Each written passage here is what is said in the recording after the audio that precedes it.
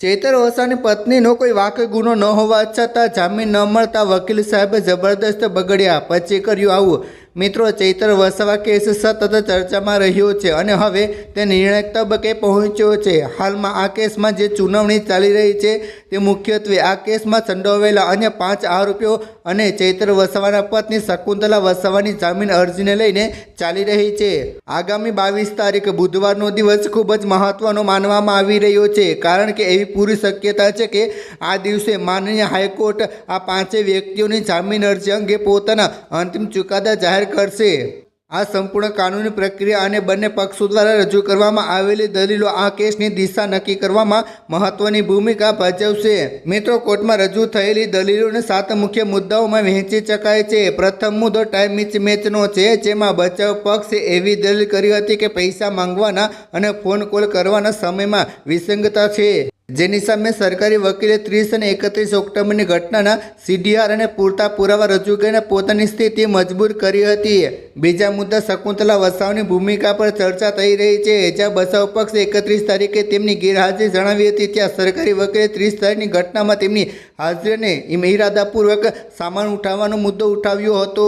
ત્રીજો મહત્વનો મુદ્દો મુખ્ય સાક્ષી એટલે કે RFOનું નિવેદન લેવા અંગે હતો, જેના જવાબમાં સરકારી વકીલે સ્પષ્ટ કર્યું હતું કે તપાસ કોઈ એક વ્યક્તિ પર નિર્ભર નથી, પરંતુ તેમની પાસે બેંક સ્ટેટમેન્ટ અને ટેકનિકલ પુરાવા જેવા મજબૂત આધાર છે। કેસના ચોથા મુદ્દામાં કલમ 294 હેઠળ ગાળો આપવાના આરોપ પર ચર્ચા કરવામાં આવી હતી। બચાવ પક્ષે સુપ્રીમ કોર્ટના કેટલાક ચુકાદાઓ ટાંકીને આ કલમ લાગુ થતી ન હોવાની અપીલ કરવામાં આવી હતી, જ્યારે સરકારી વકીલોનું કહેવું છે કે જાહેર સેવકોને ડરાવવાને અપમાનિત કરવા માટે જ આ પ્રકારની ભાષાનો ઉપયોગ કરવામાં આવ્યો હતો।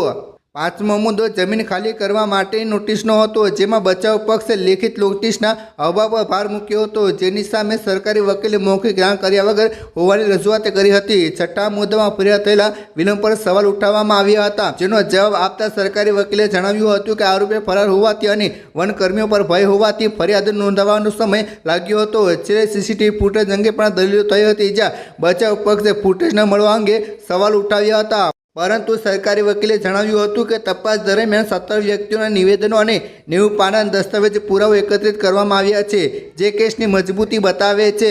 સમગ્ર સુનાવણીના અંતે સ્પષ્ટ થાય છે કે આ કેસ માત્ર એક પાસા પર આધારિત નથી, પરંતુ પુરાવાઓની એક આખી સાંકળ પર આધારિત છે। 22 તારીખે આવનારો ચુકાદો શકુંતલા વસાવા અને અન્ય 4 આરોપીઓ માટે જેલ મુક્તિનો માર્ગ ખોલશે કે કેમ તે જોવાનું રહ્યું।